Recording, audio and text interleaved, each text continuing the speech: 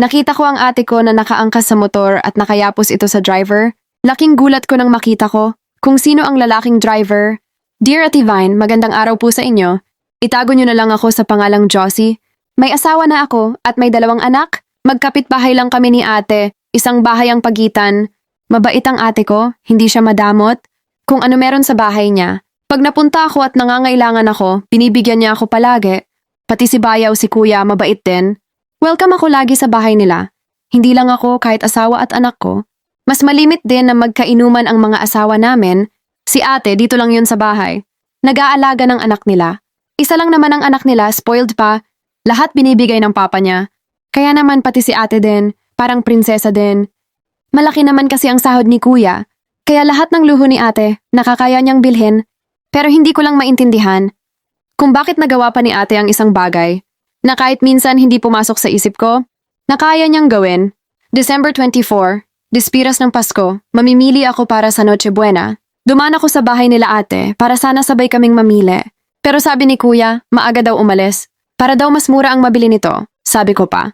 Hindi man lang ako dinaanan sa bahay, sana nagkasabay na kami.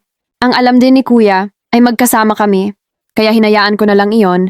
Bago ako pumunta ng palengke, pumunta muna ako sa bilihan ng mga kakanin. Isang pwesto na talagang dinadayo sa amin. Pagbaba ko ng jeep, maglalakad pa ako sa kabilang way at malalampasan ko ang isang motel sa hindi ko inaasahan. May lumabas na motor at si ate ang angkas. Alam ko siya yon kahit naka-helmet. Dahil kapatid ko siya at tanda ko ang mga damit niya, grabe din ang yapos ni ate sa driver. Hindi nila ako napansin at tumiretso sila at huminto sa kabilang kanto. Doon nagtanggal ng helmet ang dalawa. Minadali ko ang paglalakad ko para makita ko kung sino ang kasama ni ate. Nang malapit na ako, bumili pa ng prutas yung lalaki at binigay kay ate. Kaya nang makita ko ang mukha ng lalaki, nagulat ako dahil tiyuhin ito ng asawa niya. Matanda na pero mapera ito, mayaman. Maraming lupain at may mga negosyo. Pero may asawa at mga anak na rin. Halos ka-age lang namin ang mga anak ni Tito. Lumapit ako na kunwari ay nakita ko lang sila. Tinawag ko si ate. Ate, ano ginagawa mo dyan? Umalis ka na pala ng bahay, hindi mo ako ginising. Nanlaki ang mata ni ate. Nakisabay ako kay Tito. Nakita ko siya, alam mo na. Libre pamasahe na rin, wika ni ate na.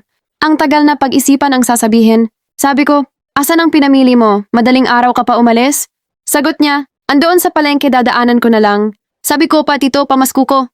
Nagulat ako, inabutan ako ng 2,000. Pang Noche Buena daw namin ng pamilya ko. Ako naman tuwang-tuwa. Dahil nga nakita na nila ako. Sumabay na sa akin si ate pero iniba na ni ate ang kwento. Puro sa mga bilihin at kung ano-anong panghanda hanggang sa makatapos kaming mamili. Nanatili akong tahimik at alam ko sa isip ko kung ano ang totoo. Dahil nakita ko silang lumabas ng motel, sobra ko kasing hinahanga ng kapatid ko. Dahil sa magandang takbo ng pamumuhay niya, may mabait na asawa, magandang bahay, may magandang sweldo ang asawa niya. Ako may bahay kami pero maliit lang. Driver lang ang asawa ko, ako nagtitinda online. Para may pandagdag pa ako sa pang-araw-araw namin at mahilig pang mag-inom ang asawa ko. Pero mabait naman. Kaya minsan, naiinggit ako kay ate. Dahil sa ganda ng estados niya sa buhay, kaya hindi ko alam na kaya pa niyang lokohin si Kuya. Hindi ko rin siya makumpronta, baka magalit sa akin. Dahil mabait naman sa akin ang kapatid ko, ayoko lang naman na mapahamak siya. Ayokong dumating yung panahon na mawala ang lahat sa kanya. Dahil namamangka siya sa 2 ilog na may sari-sariling pasahero na. Ano kaya ang pwede kong gawin upang hindi mahuli ang lahat? Naniniwala kasi ako sa kasabihan na walang lihim na hindi nabubunyag. Sana mapayuhan niyo ako kung ano bang dapat kong gawin. Magbabasa po ako sa comment section. Merry Christmas po sa inyong lahat.